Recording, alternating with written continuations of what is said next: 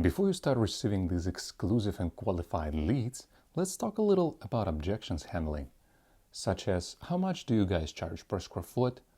I'll get back to you, let me think about it, I'll talk to my wife, and etc. When I was a salesman and I didn't know how to handle these objections, it ate me alive. You don't want to not know how to handle them, am I right? So did I, and I learned the hard way until... Six.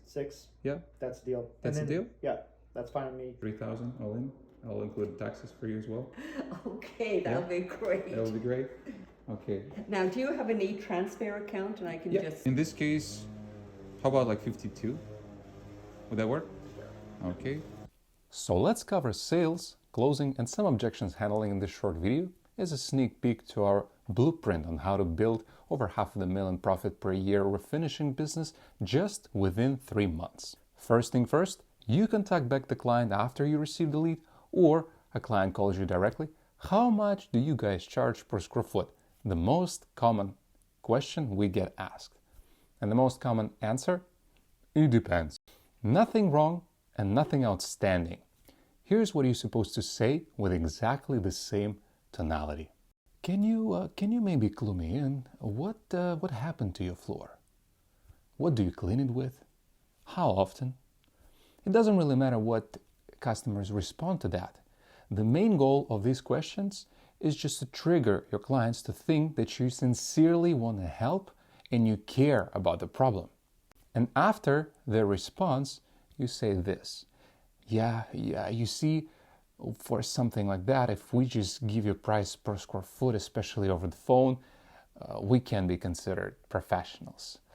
Would you mind meeting us whenever it's convenient for you so we can come over, see exactly what we deal with, let you know how we can help, and of course, discuss the price. And you sound unique, you sound professional, and customers instantly put you on another level versus any of your competitors in case they talk to someone else. Remember, you don't sell anything over the phone. The main goal of this first interaction is just to schedule an appointment to show up and close the deal. Another important part in this case is significant other. I've got a funny story how I talked to a gentleman and I asked if his wife was able to make it to our meeting. And he answered, well, it's actually my husband who's gonna join us. In order to avoid such embarrassment, I came up to this universal question. Will your significant other join us for the meeting? In case your client objects to that, most of the time ladies do that, I simply say this. Well, we're going to be alone in your house, so we just do it out of respect to your family and maybe your significant other in case you have one. Sounds fair enough? Sound fair enough? Then you schedule an appointment for whenever everybody's available, including the significant other, if there is one. What to bring to the appointment? Measuring tool, ideally laser measuring tool, laptop or tablet, ideally MacBook Air or something like that. You can find some good pre-owned for a few $100 on Facebook.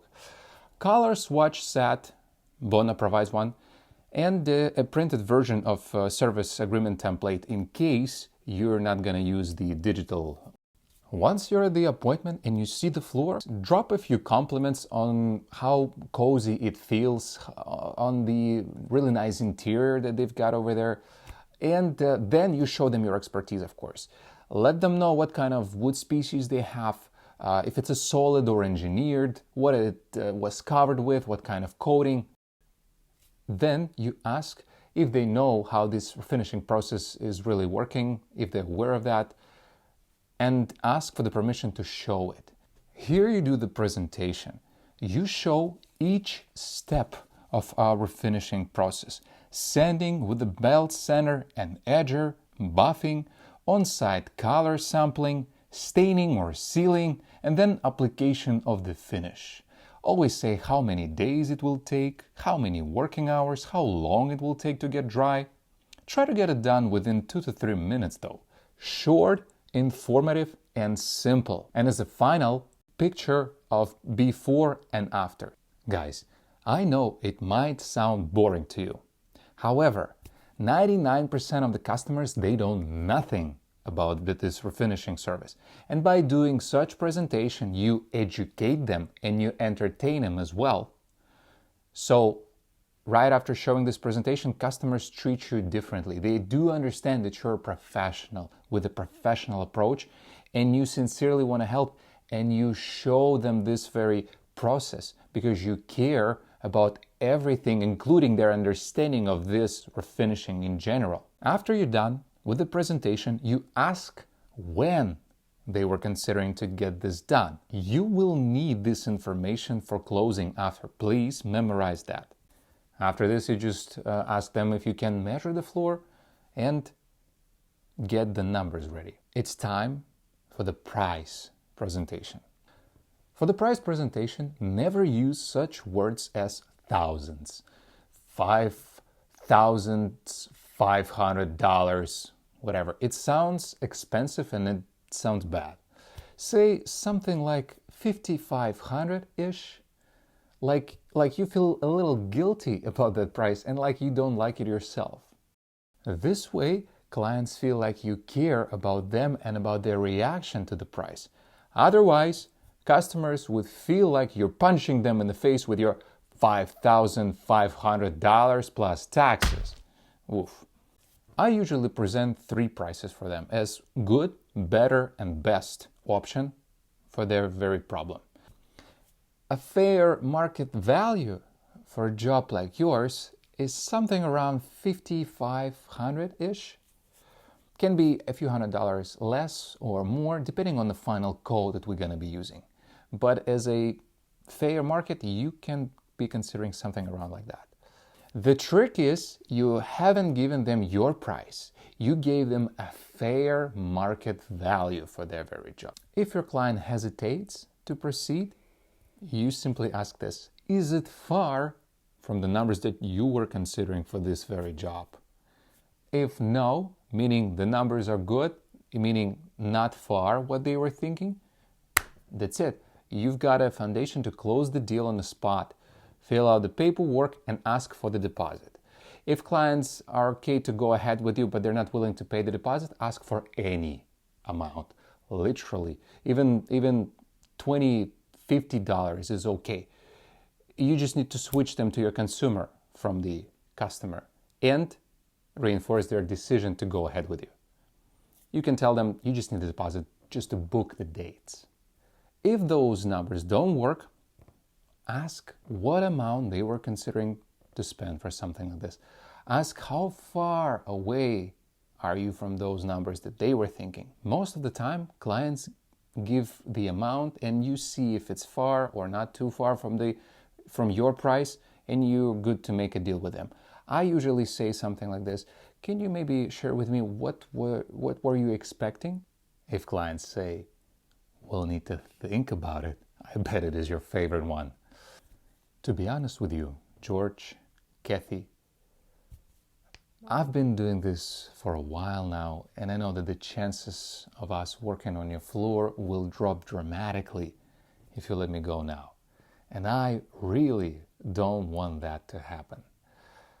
We would be honored to add your project to our portfolio and have you as happy customers of ours, but I don't want to sound like I'm trying to sell you anything, of course. I do understand you need to think about it, and out of my experience, most of the time, it's just a higher price than you expected. Am I right? You've seen our work on the videos that I showed you earlier on the presentation, and I hope you do understand that we do work in accordance with the industry standards. Industry standards. And those standards are high, which means it cannot be cheap. And I doubt that you want to get anything cheap, especially in your beautiful house. Plus, it's our reputation that it's on the scale and it's high, and we would like to maintain it as well. You're welcome to share your thoughts with me. In other words, let's think about it together. What can I do for you so we can make it work? And then clients start talking to you again. Basically, you do another cycle of closing. 80% of the time, clients just ask for the better price or discount because basically all the questions are answered. Now they just need to get a better price. Here you go. If you happen to deal with the tougher clients who still need time to think about it even after you gave them the discount, after you're done with the presentation, you ask when they were considering to get this done. we had another job scheduled for those dates, but it was postponed due to other contractors and their work, and your project fits perfectly.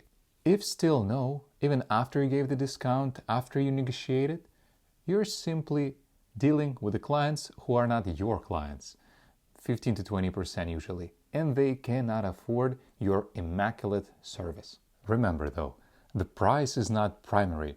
Your negotiation skills, professional approach, and mastery of handling objections are way above that. You are a truly 1%er, my friend, who watched this till the end. No doubts, you are ready to move forward, maximize your profits, elevate your refinishing business, and start doing better in life. Fill out this onboarding questionnaire right under this video, and I will be in touch with you myself shortly so we can discuss our future partnership terms. Welcome on board. Talk to you soon.